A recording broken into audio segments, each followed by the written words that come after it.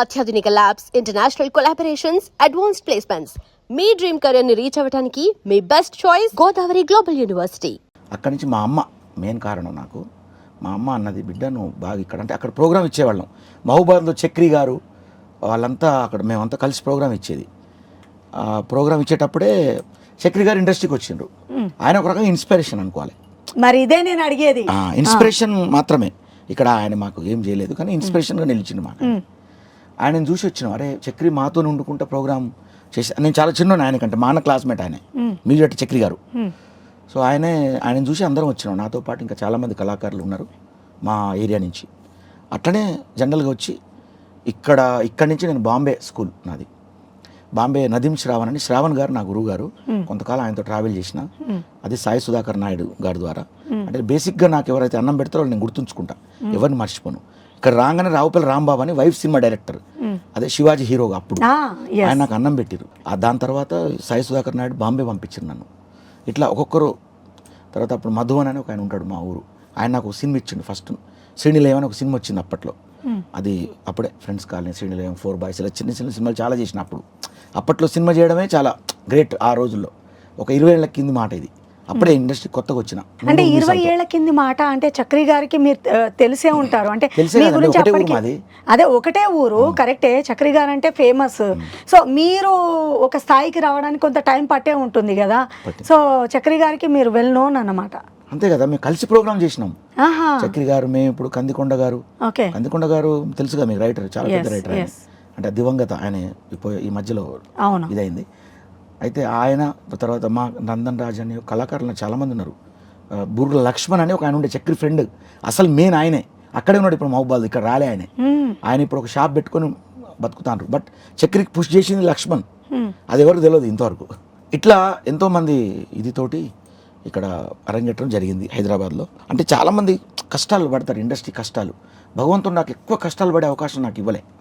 అంటే నేను ఎప్పటికప్పుడు పాట పాడితే నాకు డబ్బులు వచ్చేది, ఎక్కడ పోయినా ఏ ప్రోగ్రామ్ చేసినా. స్టార్టింగ్ సింగరా మీరు? సింగరు, ఒక మిమిక్రీ ఆర్టిస్ట్గా కూడా నేను చేశాను. అప్పుడు ఆల్బమ్ చేశాను. ఇప్పుడు ఇదే డిఆర్సీ డిస్కో రికార్డింగ్ కంపెనీ ఉంటుంది, దాంట్లో చేశాను అప్పట్లోనే. బట్ నేను పాటల ద్వారా వచ్చిన, పాటలే ఇక మనకంతా పాటలే అన్నం పెట్టింది.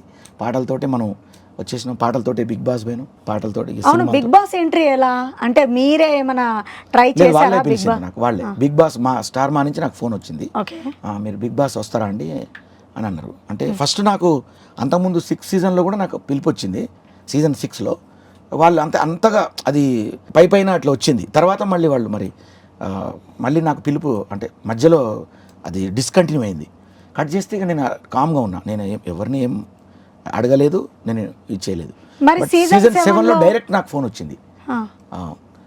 ఫోన్ చేసి ఇట్లా నన్ను అడిగారనమాట. మెయిన్ ఏంటంటే ఆయన పేరు కూడా చెప్పాలి, రఘు గారు. చాలా గొప్ప వ్యక్తి అని. రఘు గారికి ఈ సందర్భంగా చేతులతో మొక్కుతాను, ఎందుకంటే చాలా మంచి వ్యక్తి. వైల్డ్ కార్డ్ ఎంట్రీ కదా మీరు? Wild card entry. అంటే నన్ను స్టార్టింగే నాకు మెయిల్ వచ్చింది, నేను స్టార్టింగ్ నుంచే ఉండాలి. నేను డ్రెస్ వేసుకొని వెళ్ళా, ఆల్రెడీ అంతా రెడీ అయ్యి వెళ్ళాను, ప్రిపేర్ అయ్యి వెళ్ళాను నేను స్టూడియోకి. అంతా షూటింగ్ అవుతుంది. అప్పుడు వచ్చి ఆ క్రూ అంతా వచ్చి, సార్ మీరు వైల్డ్ కార్డ్కి వెళ్తారా అని చెప్పి వాళ్ళు నాకు రిక్వెస్ట్ చేసిండ్రు. బాగుంటుంది, కిక్కు ఉంటుంది, స్టార్టింగ్ కాకుండా మధ్యలో వెళ్తే మీరు ఆర్టిస్ట్, సింగర్ ఇది కదా అంటే ఓకే అండి అన్న. బట్ నాకు ఫస్ట్ వీక్ నుంచే నాకు అంటే 11 వీక్స్కి నాకు డబ్బులు అమౌంట్ ఇచ్చారు వాళ్ళు. అమౌంట్ చాలా బాగా ఇచ్చారు వాళ్ళు అన్ని. తర్వాత అమౌంట్ ఇవ్వడమే కాదు, అంతేకాకుండా నాకు మళ్ళీ స్టార్ మాలో ప్రోగ్రామ్స్కి డబ్బులే, మళ్ళీ అందులో కుక్కు విత్ జాతిరత్నాలు అని వస్తుంది, అది నాకు ఇచ్చారు, అది డబ్బులే. నాకు ఎన్నో ప్రోగ్రామ్స్ చేయడానికి నాకు బాగా చేతనిచ్చారు నాకు స్టార్. కానీ మీ విషయంలో ఏంటంటే హీరో నాగార్జున గారి చేతే హీరో అనిపించుకున్నారే, అదంటే గొప్ప. అంటే ఆయనే మన యాక్టివిటీస్ చూసి నాకు టక్కున ఆయన సరదాగా అన్నారు. అది అంటే అది సీరియసే కావచ్చు, బట్ సరదాగా బోలే నువ్వు హీరో బోలే అన్నారు నాకు ఆయన. సో అదే హీరో అనే పదం తీసుకొని నేను బయటకు వచ్చిన తర్వాత బోలే అంటే హీరో, హీరో అంటే బోలే అని ఒక సాంగ్ చేసిన, అది కూడా పాపులర్ అయింది. అంటే ఇప్పుడు బోలే అంటే హీరో అనేటువంటి ఓ టైటిల్తో ఇప్పుడు సినిమా చేస్తున్నా. యాక్చువల్గా నేను ఇప్పుడు ఇంటర్వ్యూకు నేను ఇప్పుడు ఇవ్వట్లేదు, ఎందుకంటే కంటెంట్ లేకుండా ఇంటర్వ్యూలు ఇస్తే ఏం లాభం, మళ్ళీ పాత చింతకాయ పచ్చడి ఊకే ఏంది లొల్లి అని అనుకున్నా. మీరు హీరోగా రాబోతున్నారు కదా, అది త్వరలో. నా మంచి కోసం మీరు పిలిచారు, నేను కాదన. అంటే మీడియా నాకు దైవం లాంటిది, అది నో డౌట్ ఎట్ ఆల్.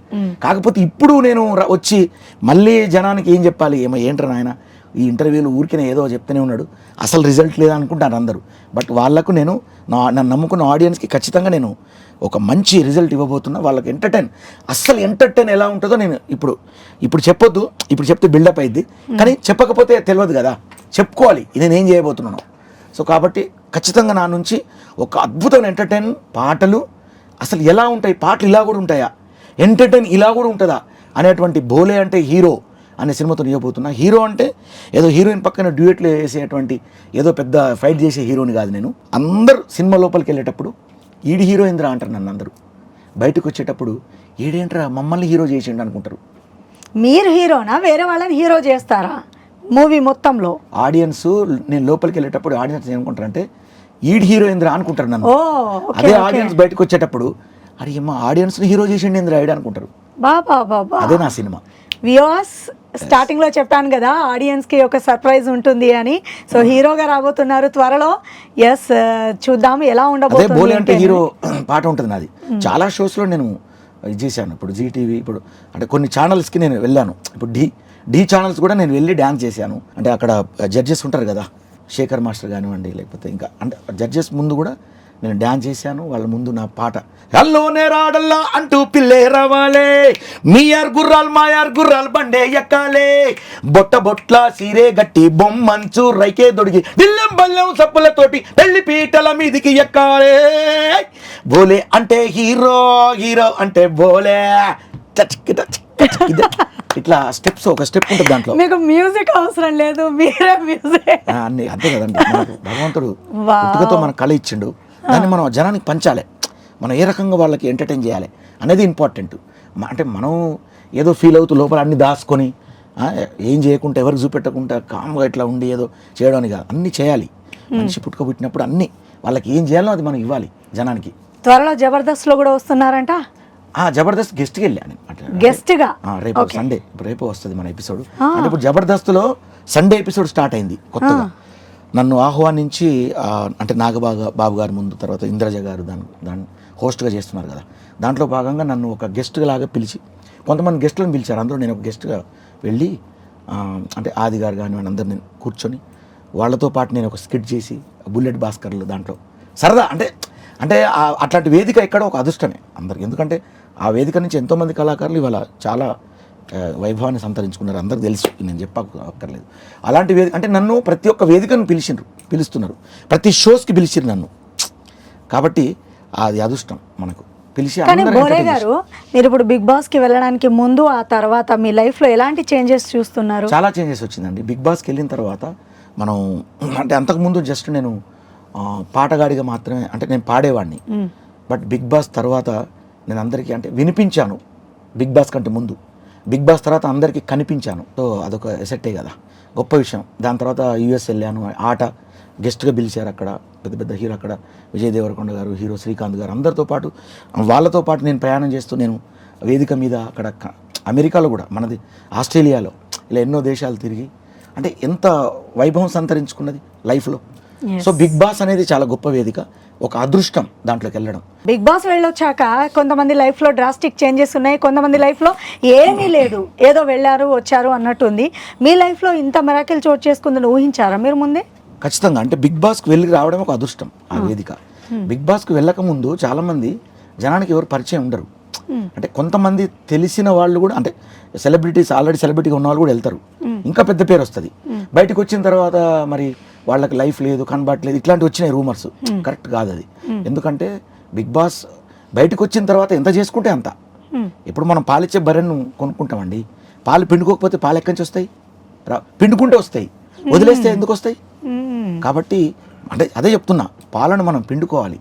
అంటే ఆ బిగ్ బాస్ ఆ స్టేజ్ని, ఆ స్థాయిని మనం వాడుకోవాలి రకరకాలుగా. ఎందుకంటే జనానికి మనం ఒకసారి పరిచయం. ఇప్పుడు నేను బయటకు వచ్చిన తర్వాత నాకు చాలా వైభవం, నేను డబ్బులు సంపాదించుకున్న, ప్రోగ్రాంలు ఇచ్చిన, షోస్కి వెళ్ళాను. జనాలు ఎక్కడికి వెళ్ళినా కూడా మనతో అంటే వాళ్ళు ఫోటోలు దిగుతుంటే, అరే బిగ్ బాస్లో అరే ఈయన ఇట్లా చేసిండు, అట్లా చేసిండు, ఇట్లా బాగా ఎంటర్టైన్ చేసిండు అని చెప్పి మన క్యారెక్టర్ గురించి వాళ్ళు మాట్లాడుతుంటే ఎంత సంబరం అవుతుంది. అట్లనే అదే చరిష్మాతోటి ఇప్పుడు నేను సినిమా చేయగలుగుతాను. ఇప్పుడు నా సినిమాకి ఎందుకు రావాలి అంటే బిగ్ బాస్లో ఎంటర్టైన్ ఇచ్చాను కాబట్టి ఆ చరిష్మా మనకుంది. కాబట్టి జనానికి మీరు రండి అని చెప్పక్కర్లేదు, వాళ్ళే వస్తారు. ఎందుకంటే నన్ను ఆల్రెడీ చూసింది కాబట్టి. సో అలాంటి స్టేజ్ మీరెక్కడ జనాల నుంచి దూరం అయ్యారండి? బిగ్ బాస్ నుంచి వచ్చాక కంటిన్యూస్ గా పాటలతో అసలు యూట్యూబ్ షేక్ అయిపోయేలా చేస్తున్నారు. వాట్ నాట్ దేంట్లో లేరు మీరు. చివరికి తెలంగాణ ఫార్మేషన్ డే సాంగ్స్ కావచ్చు, భక్తి పాటలు కావచ్చు, ఈ దేని వదలట్లేదు కదా. లవ్ ఫెయిల్యూర్ సాంగ్స్ కూడా బుజ్జి బుజ్జి అనుకుంటూ అసలు మీరు కాదు. నాకు ఒక డౌట్ ఇక్కడ, మీ సాంగ్స్ అంతా మిలియన్ వ్యూస్ లోకి వెళ్ళిపోతాయి. ఏంటి ముందు మీరు ఎట్లా దీని వెనకాల ఎట్లాంటి హోంవర్క్ ఉంటుంది ఒకసారి చెప్పారా? చాలా మంది పాటలు పాడుతున్నారు. ప్రయోగం ఏదైనా ఒకరు చేసింది మనం చేయొద్దు, మనం కొత్తగా చేయాలి. అదే ఒక ప్రయోగం. ఇప్పుడు నేను ఒక స్టూడియో పెట్టుకున్నా. మదీన్ ఎస్కే అని ఒకడు మ్యూజిక్ డైరెక్టర్, నా మేనల్లుడు. వాడు చిన్నప్పటి నుంచి నా దగ్గర, నేనే చిన్నోనంటే వాడిని చిన్నప్పుడు తెచ్చుకున్నా. చదువుకుంటాడు 8th క్లాస్ 7th అయిపోయింది, తెచ్చుకుని నా దగ్గర పెట్టుకుని టాప్ వాడు. మీరు ఇన్నే పాటలన్నీ వాడియే. మీరు పెద్ద పెద్ద పాటలు వింటుంటారు, అల్లా హే అల్లా అని, నట్సబేలే అడవిలో, అంటే చాలా పాటలు, ఎన్నో పాటలు ఇప్పుడు యూట్యూబ్లో వస్తున్నాయి. ఆ పాటలన్నీ ఇప్పుడు నా స్టూడియో నుంచే 60-70% పాటలు నా స్టూడియో నుంచే వస్తాయి. నాకు ఓన్ స్టూడియో మదీన్ ఎస్కేకి నేను ప్రత్యేకంగా అది నేను చేసి పెట్టాను అది. సో అట్లా నేను మాత్రమే పాటలు చేయడం కాదు, బయటి ఛానల్స్ కూడా నా స్టూడియో నుంచి మిలియన్స్ ఆఫ్, అంటే 100, 200, 300 మిలియన్ల పాటలు, ఎర్ర ఎర్ర రుమాలు గట్టి, ఇట్లాంటి పాటలు ఒక్కొక్క పాట ఒక్కొక్క 200, 300 మిలియన్ల వరకు పోతున్నాయి ఇప్పుడు. అలాంటి పాటలు నా స్టూడియో నుంచి నేను అందిస్తున్నా అందరికీ. కానీ ఇవన్నీ ఒక ఎత్తు అయితే, హైదరాబాద్ క్రికెట్ అసోసియేషన్ వాళ్ళు T20 అంటూ ఒక పాట పాడారు మీరు, ఓరే ఓరే అని. అది కూడా సూపర్ డూపర్ హిట్ అయింది. ఎలా వచ్చింది T20? దానికి విజయ్ దేవరకొండ గారు దానికి బ్రాండ్ అంబాసిడర్గా చేస్తున్నారు.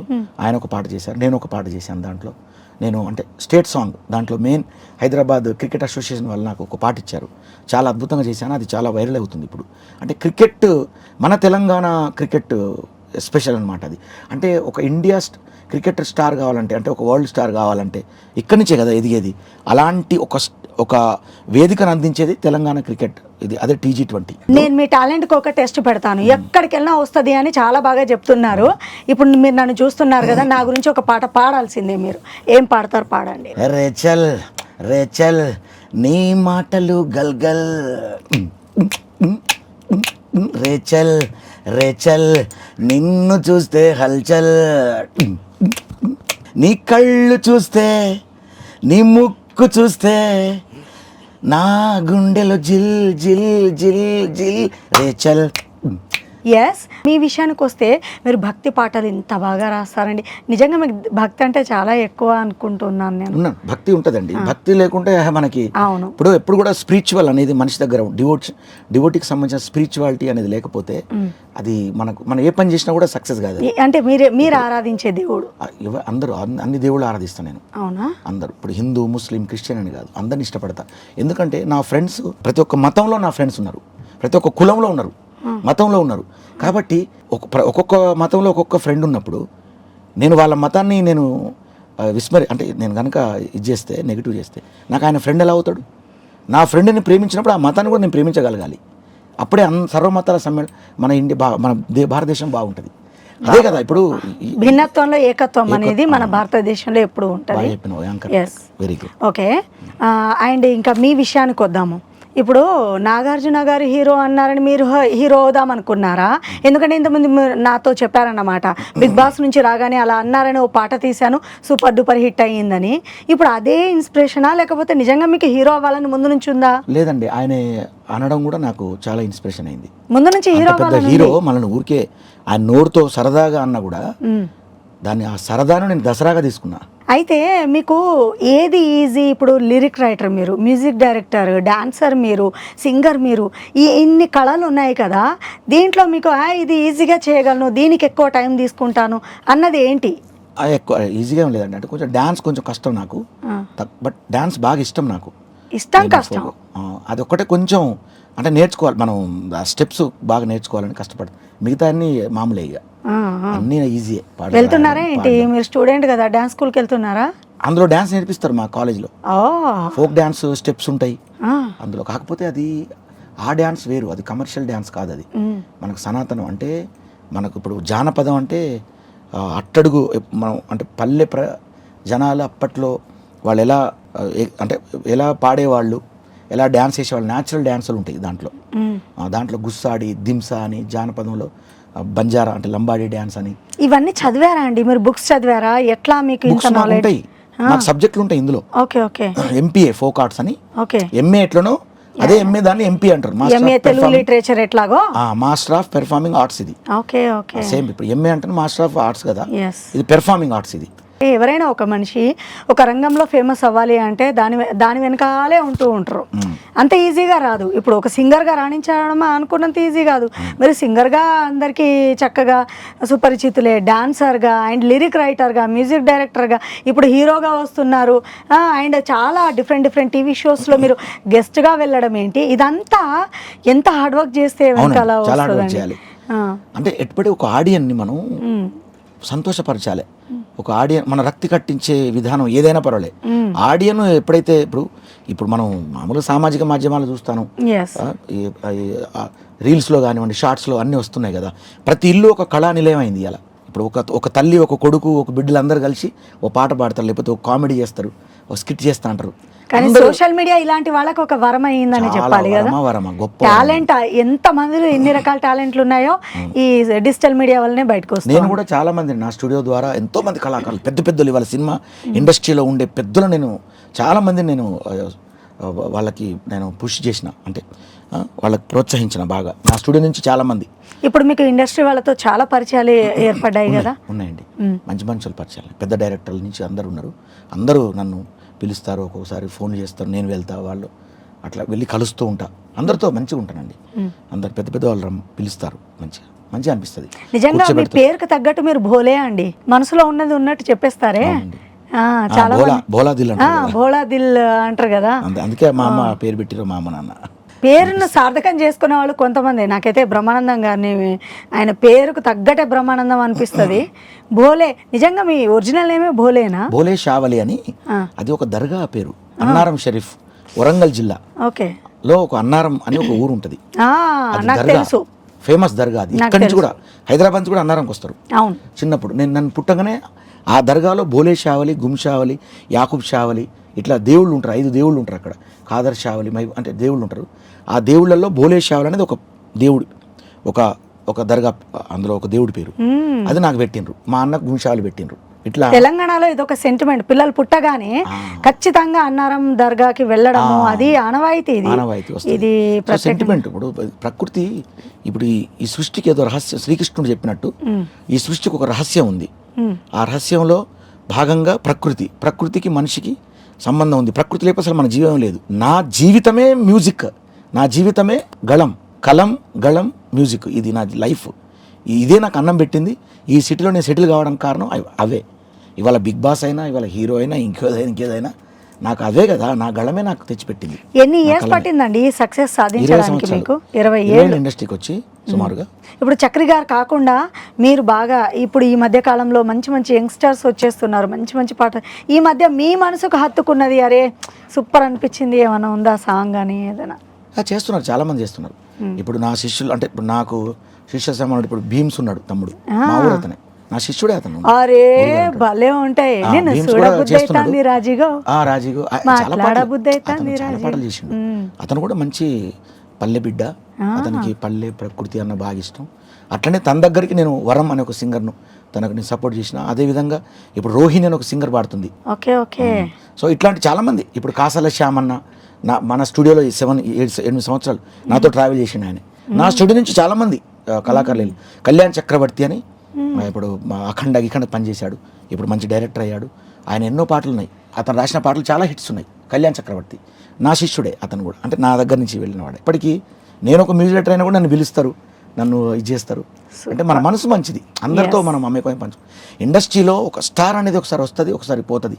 పడిపోతాం లేస్తాం, పడిపోతాం లేస్తాం, అడే అంతే తప్ప మనం ఒకేలాగా ఉండాలి, డౌన్ టు ఎర్త్ ఉండి బతకాలి అనేది నా ఉద్దేశం.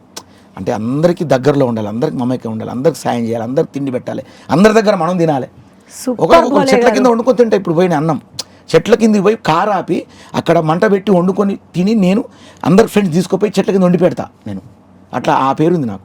Really you are great. చివరిగా ఏంటంటే ఒక పాటతో, అంటే నాకు నాకు అన్నం పెట్టిన బతుకమ్మ బోనాల పాటలు ఉన్నాయి. తప్పకుండా. డోలు డోలు డోల్ డోలమ్మ డోలు డోల్ బోనాల పండుగే వచ్చింది డోలు డోల్ ఏ బువ్వ కుండల నైవేద్యం సుట్టు సున్నపు సింగారం పసుపు కుంకుమ బొట్లందం ఎలుగుతాంటే దీపాంతం ఎర్ర మట్టి పిడుసలే ఎత్తగ రాగం పల్లె పల్లె పావు రంగ ఎత్తెను బోనం డిల్లం బల్యం తుడుకలు బెల్లం దర్వాజన యాపకుమ్మలు చేసెను గానం జిల్యం బల్యం శావల తాళం మెరుస్తాంది తెలంగాణ తలపై బోనం చేల్ ఇట్లాంటి బతుకమ్మ వచ్చింది కోల్ బాధల్ని బాపుద్ది కోల్ గుండెలతో దండోరేయండో కోలో కోలో కోల్ కొమ్మ ఊసే కోల్ సుక్క పొద్దుకే కోల్ పల్లెలేసే కోల్ తంగెడు పూలో తడి తామెర పూలో ఎంగిలి పూలో ఎదా నిండెను చూడో బంతి పూలో చామంతి పూలో గుమ్మడి పూలో గుండె నిండెను చూడో మన మట్టి బిడ్డ బతుకమ్మను చూడో గంగా ఒళ్ళో తేలి ఆడెను చూడో. ఇట్లా ఎన్నో పాటలు బతుకమ్మ బోనాల పాటలతోటి నాకు బువ్వ దొరికింది. కానీ ఎప్పుడు మీరు యాటిట్యూడ్ని మర్చిపోవద్దండి. నిజంగా మీరు ఈరోజు ఈ స్థాయిలో ఉన్నారంటే మీ మూలాలు మర్చిపోకుండా ఉన్నారు చూడండి. ఇది నాకు మీలో బాగా నచ్చిందండి. నా జీవితంలో మూలాలే నాకు మూలం. ఇలాంటి ఇంటర్వ్యూ ఎప్పుడు మీ ఐ డ్రీమ్తో నా బంధం కొనసాగాలని మనస్ఫూర్తిగా కోరుకుంటూ ఐ డ్రీమ్కి మనస్ఫూర్తిగా నా కళాబంధనాలతో రుణపడి ఉన్నా. Thank you. సో ఇదండి ఈ ఇంటర్వ్యూ మీకు ఫుల్ ఎంటర్టైన్ అందించింది అని నేను మనస్ఫూర్తిగా భావిస్తున్నాను. మీకేమనిపించిందో కింద కామెంట్ రూపంలో తెలియపరచండి. నెక్స్ట్ టైం భోలే గారు నాకు దొరుకుతారు, అప్పుడు ఏమైనా డౌట్స్ ఉంటే నేను ఖచ్చితంగా అడుగుతాను. సో ఈ ఇంటర్వ్యూ మీకు ఎంటర్టైన్ చేసిందని భావిస్తున్నాము. మరో ఎంటర్టైన్మెంట్ జోన్లో మళ్ళీ మీ ముందుంటాను. This is Rachel signing off. And for more videos, Please subscribe to iDream. Please subscribe to iDream. Please subscribe iDream. And please subscribe to iDream. For more videos, subscribe to iDream. please like, share and subscribe to the channel. Congratulations, iDream. Subscribe to iDream. Subscribe to iDream. So subscribe to iDream Media. iDream ki iDream team andarki huge congratulations. Please subscribe iDream Media. Please subscribe to iDream. Subscribe iDream. Please subscribe to iDream. iDream అంటే నా కళల channel subscribe చేసుకున్న నోరు తిరుగుతలేదు, మీరైతే గంట గుర్తు కొట్టండి. For more such videos, please subscribe to iDream. Subscribe to iDream. Please subscribe to iDream. Please subscribe iDream Media. Please do subscribe to iDream. Please subscribe to iDream Media. For best entertainment and information, please subscribe iDream. And don't forget to subscribe to iDream.